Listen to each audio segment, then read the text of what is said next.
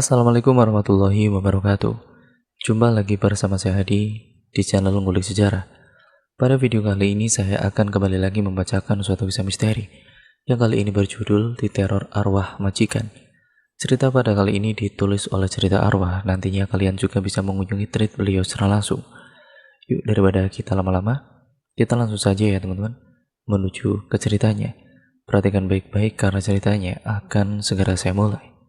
Oh ya, jangan lupa untuk kalian memakai earphone terbaik kalian agar mendapatkan kualitas audio yang jauh lebih baik ya saat mendengarkan cerita dan video kali ini. Yuk langsung saja kita mulai videonya.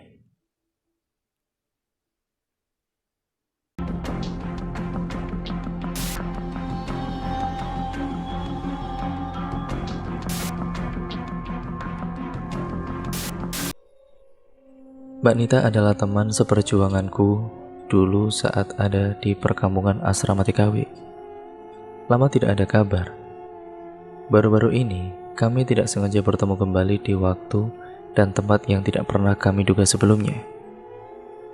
Dari pertemuan yang tidak sengaja itu, aku dan Mbak Nita menjadi kembali berkomunikasi intens dan bercerita tentang hidup kita masing-masing. Menurut pengakuannya, ternyata saat di negara Taiwan, Mbak Nita pernah mendapatkan sebuah teror dan juga ia hampir dijebloskan ke dalam penjara. Loh, kok bisa? Oke, daripada penasaran, yuk kita langsung masuk ke dalam ceritanya.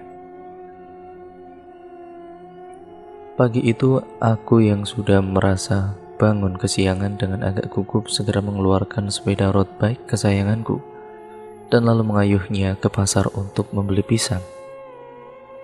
Aku acuhkan mata yang masih mengantuk serta nyawaku yang belum kumpul semua. Oh ya, sebenarnya tidak biasanya aku ini kesiangan pergi ke pasar, karena setiap jam 6 pagi rutin tubuhku sudah mempunyai alarm sendiri untuk bangun dan kemudian mencari pisang untuk bahan baku jualan onlineku.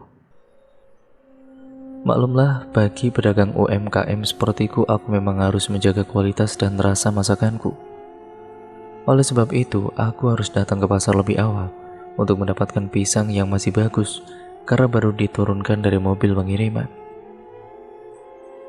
Karena di hari itu aku sudah agak kesiangan, sekitar pukul 8:30.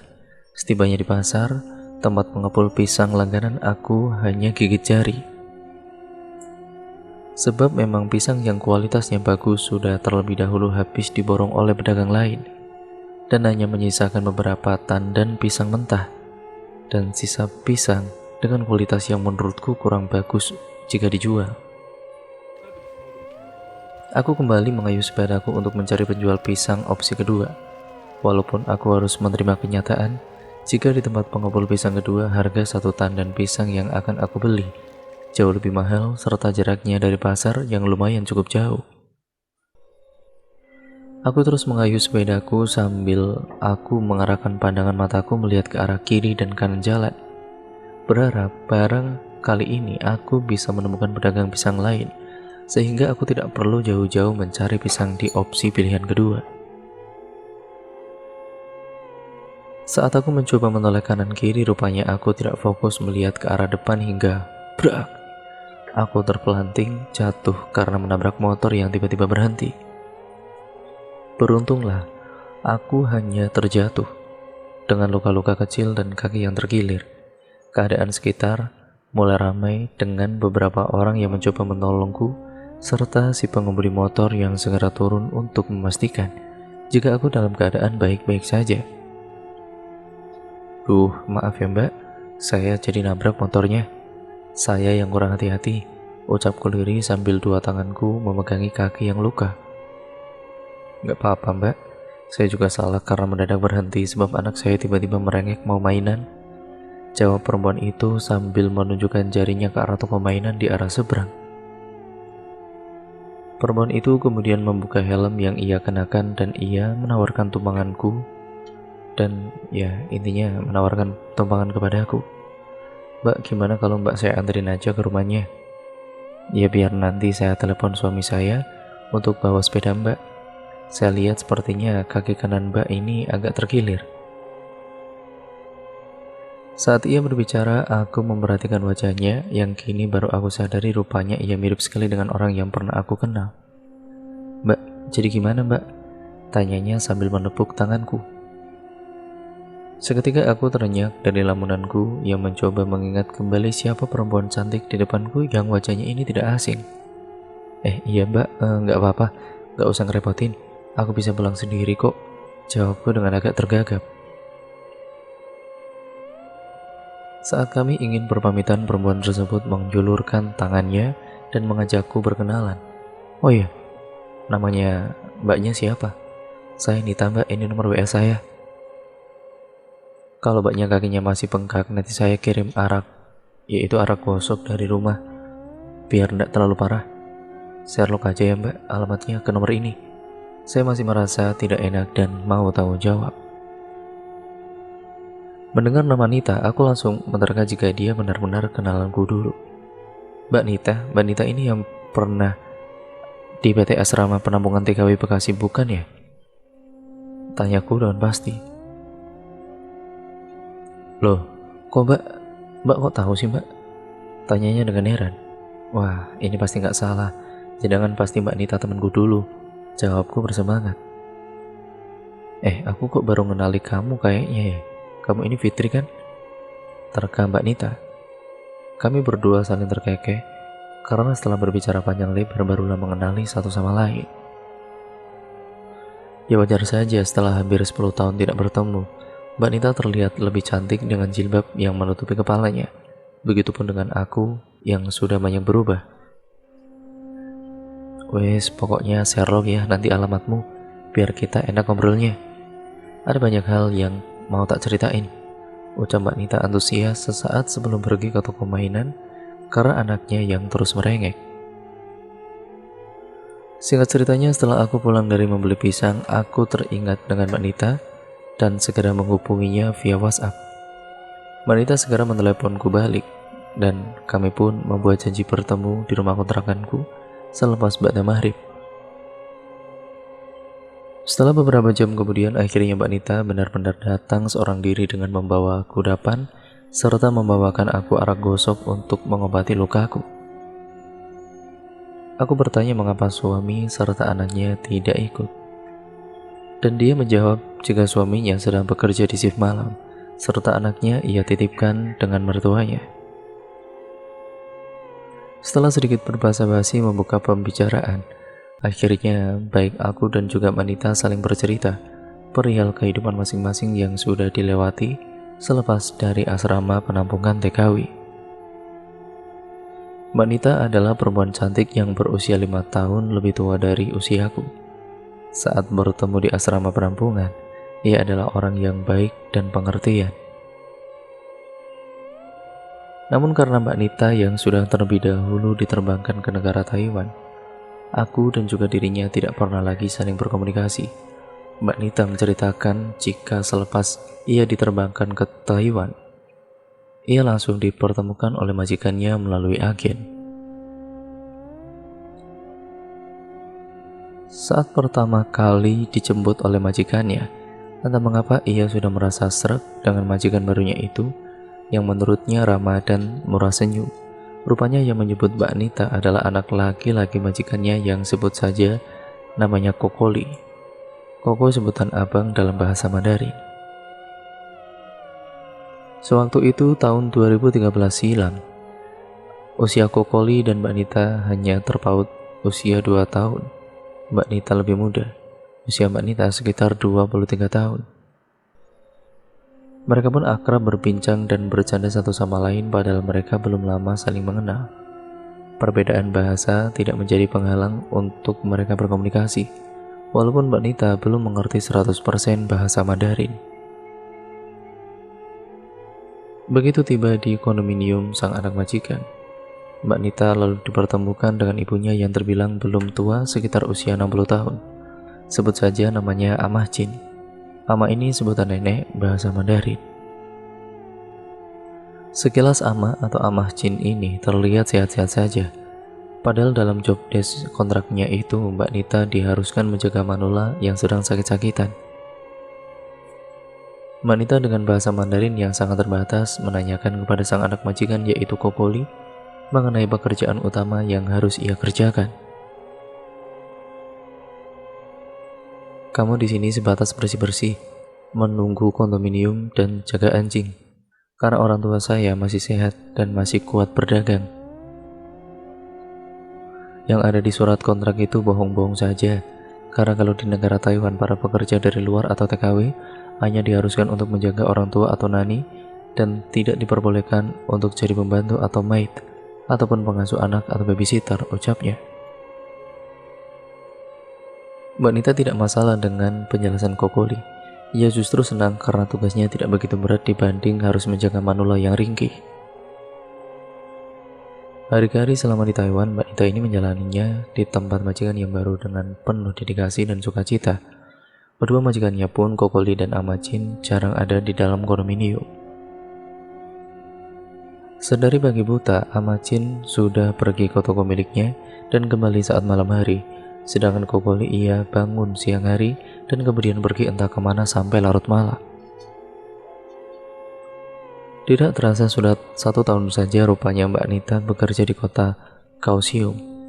Lambat laun Mbak Nita mulai agak sedikit fasih berbicara dan tidak banyak melakukan kesalahan ketika disuruh oleh sang majikan. Hal tersebut membuat Amacin mulai percaya dan menaruh simpatik terhadap Mbak Nita yang gigih belajar bahasa Mandarin sendiri, serta Mbak Nita adalah orang yang resik, cekatan, rajin, dan juga ramah. Rupanya kini bukan hanya Amacin saja yang menaruh simpatik terhadap Mbak Nita, melainkan Kokoli. Entah dari mulai kapan Kokoli sudah menaruh perasaan terhadap Mbak Nita. Selain sifat-sifat baik Mbak Nita yang disebutkan tadi, Mbak Nita pun memiliki fisik yang cantik dengan kulit putih mulus dan wajah yang mirip oriental. Keseharian Kokoli yang biasanya bangun siang dan kemudian pergi hingga larut malam, kini mulai berubah menjadi sering menghabiskan waktu berdiam diri di dalam rumah kondominium itu beserta Mbak Nita. Walaupun hanya berdua selama berada di sana, Mbak Nita mengaku jika Kokoli sama sekali tidak pernah berbuat kurang ajar, malah justru sering mengajaknya bergurau biar tidak jenuh bekerja sendirian. Selain itu, Kokoli menjadi amat perhatian dengan seringkali membelikan makanan halal untuk dikonsumsi oleh Mbak Nita. Tidak menampik, sesekali Mbak Nita pernah diajak Kokoli untuk berkencan di kota tersebut, sekedar menikmati cahaya lampu gedung pencakar langit dan membeli kudapan. Hubungan antara majikan dan asisten rumah tangga itu rupanya berlanjut. Kokoli dengan jelas meminta supaya Mbak Nita menjadi kekasih hatinya. Sebelum menerima pernyataan cinta Kokoli, Mbak Nita meminta supaya Kokoli jujur kepada Amacin tentang perasaannya itu. Mbak Nita tidak mau kucing-kucingan dan jika ketahuan, ia pasti Amacin akan mempunyai anggapan buruk kepada Mbak Nita yang sudah ia percaya. Karena perasaannya yang sudah menggebu, akhirnya Kokoli pun mengutarakan perasaannya kepada Mbak Nita di hadapan sang ibundanya. "Mah, aku ini cinta sama Nita. Aku mau menikah sama dia. Mama izinin aku nggak untuk menikah sama dia?" tanya Kokoli sambil agak menundukkan kepala. "Boleh saja, asal kamu bisa berubah menjadi semakin baik. Mama lihat sejauh ini dengan adanya kehadiran Nita di rumah, kamu sudah agak berubah.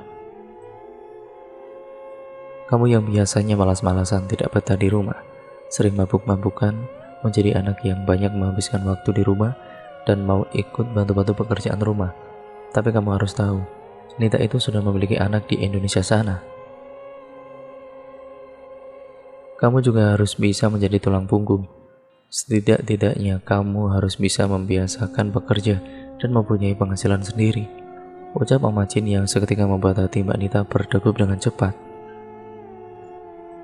Ia seolah tidak percaya dengan jawaban majikan perempuannya itu. Mbak Nita awalnya berpikiran jika saat Kokoli mengungkapkan perasaannya, ibunya langsung dengan tegas menolak karena perbedaan kebudayaan, agama, dan juga status sosial di antara mereka. Mendengar hal itu, seketika wajah Kokoli menjadi sangat sumringah. Ia berjanji untuk belajar menjadi kepala rumah tangga yang baik dengan cara meninggalkan kebiasaan lama dan juga mulai bekerja di toko. Ya, walaupun masih kerja di toko ibunya juga sih. Selama beberapa bulan merajut hubungan pacaran, Kokoli semakin memantapkan pilihannya kepada Mbak Nita. Kokoli dan juga Mbak Nita sampai membuat banyak rencana yang akan ia lakukan setelah kontrak kerja Mbak Nita di Taiwan habis. Adapun rencana yang sudah Kokoli pikirkan adalah ia akan meminta modal kepada ibunya Amacin untuk melangsungkan pernikahan di Taiwan, dan juga Kokoli akan terbang ke Indonesia ikut dengan Mbak Nita. Di Indonesia, sisa modal tersebut rencananya akan ia buat sebagai modal usaha yang akan dikelola oleh Mbak Nita sebagai ladang mata pencaharian. Perlahan-lahan Kokoli mengutarakan niatnya itu kepada Amacin. Namun kini Amacin agak ragu dan meminta berdiskusi dengan kakak perempuan Kokoli yang bernama Ciciwen. Sampai di sini Mbak Nita sendiri kaget karena mengetahui rupanya Kokoli masih memiliki seorang kakak perempuan, yang mana selama ia setahun lebih bekerja tidak pernah sekalipun kakak perempuannya itu datang ke kondominium. Di waktu yang ditentukan untuk berdiskusi, sang kakak perempuan datang seorang diri. Dari gestur tubuh dan penampilannya yang glamor, nampak jika kakak perempuan dari Kokoli ini bukan tipe orang yang sederhana seperti Kokoli dan ibunya Amacin. Diskusi mereka bertiga pun dimulai di ruang tertutup, sehingga Mbak Nita tidak bisa menguping apa yang sedang dibicarakan. Sekitar hampir 1 jam berlangsung. Ya, ruang tamu itu terbuka dan terdengar suara teriakan Kokoli yang mengusir kakak perempuannya itu. "Pergi dari sini!" Suara bentakan Kokoli diikuti oleh langkah kaki Ciwen keluar dari pintu kondominium dengan wajah yang marah. Mbak Nita terfokus dengan Amacin yang tertunduk menitikkan air mata, serta wajah Kokoli yang merah padam. Ia mencoba mendekati Amacin dan menanyakan apakah semuanya baik-baik saja, namun Amacin hanya menggelengkan kepala. Mbak seperti mendapatkan firasat buruk. Mbak Nita hanya memperhatikan dua gelagat majikannya itu dari jauh dan tidak mau bertanya lebih lanjut. Di keesokan harinya, baik Amacin dan Kokoli tidak berangkat ke toko. Mereka berdua kembali duduk di ruang tamu dan kini Mbak Nita turut dipanggil untuk menjelaskan hasil diskusi bersama Ciciwen semalam. Dengan agak terbata-bata, Amacin kemudian memulai pembicaraannya. "Sebaiknya kalian berdua akhiri saja hubungan percintaan kalian itu. Setelah berdiskusi semalam dengan Ciciwen, ada pendarinya jika memang sebaiknya kalian tidak bisa meneruskan ke jenjang pernikahan," ucap Amacin. Amacin pun kemudian menambahkan, ada banyak sekali perbedaan di antara mereka, baik perbedaan agama, ras, kebudayaan, juga yang paling utama adalah perbedaan status sosial di antara mereka. Sontak saja tenggorokan Mbak Nita terasa tercekat dan hatinya berdegup dengan cepat. Ia membatin jika akan berakhir seperti ini, mengapa dulu Amacin seolah merestui hubungan mereka. Entahlah, rasanya saat itu aku cuma bisa menahan tangis dan sakit hati karena tidak direstui, ucap Mbak Nita mencoba mengingat kejadian kelam serta menceritakannya kembali kepadaku dengan mata yang memerah. Mendengar ucapan ibunya, Kokoli langsung bersimpuh kepada kedua kaki ibunya dan memohon sambil menitikkan air mata. "Ma, tolong restui kali ini saja, Ma. Saya sudah yakin untuk menempuh hidup dengan Nita." Ucapan Kokoli dengan berdarah air mata itu kemudian dibalas dengan nada ketus Amacin. "Mama tahu kalau kamu benar-benar cinta dengan Nita, si perempuan Indonesia itu. Tapi apa sebenarnya dia cinta sama kamu dengan tulus?" Belum selesai ucapan yang menusuk ke dalam relung hati Mbak Nita, kini ia dicecar oleh beberapa pertanyaan yang memberatkan posisinya. "Sekarang saya tanya sama kamu, bisa kamu meninggalkan negara kamu dan tinggal di negara Taiwan? Saya dan keluarga pun tidak setuju sampai kamu bawa anak kamu yang dari Indonesia ke sini. Selain itu, jika Li mau ikut ke negara kamu dan berpindah keyakinan, apa kamu juga bisa melakukan hal yang sama? Atau jangan-jangan selama ini kamu yang memperdaya anak saya Li untuk segera meminta modal menikah serta modal usaha untuk ke Indonesia. Ucapan-ucapan bernada tinggi itu tidak bisa lagi Mbak Nita terima karena ia merasa kata-katanya sudah keterlaluan.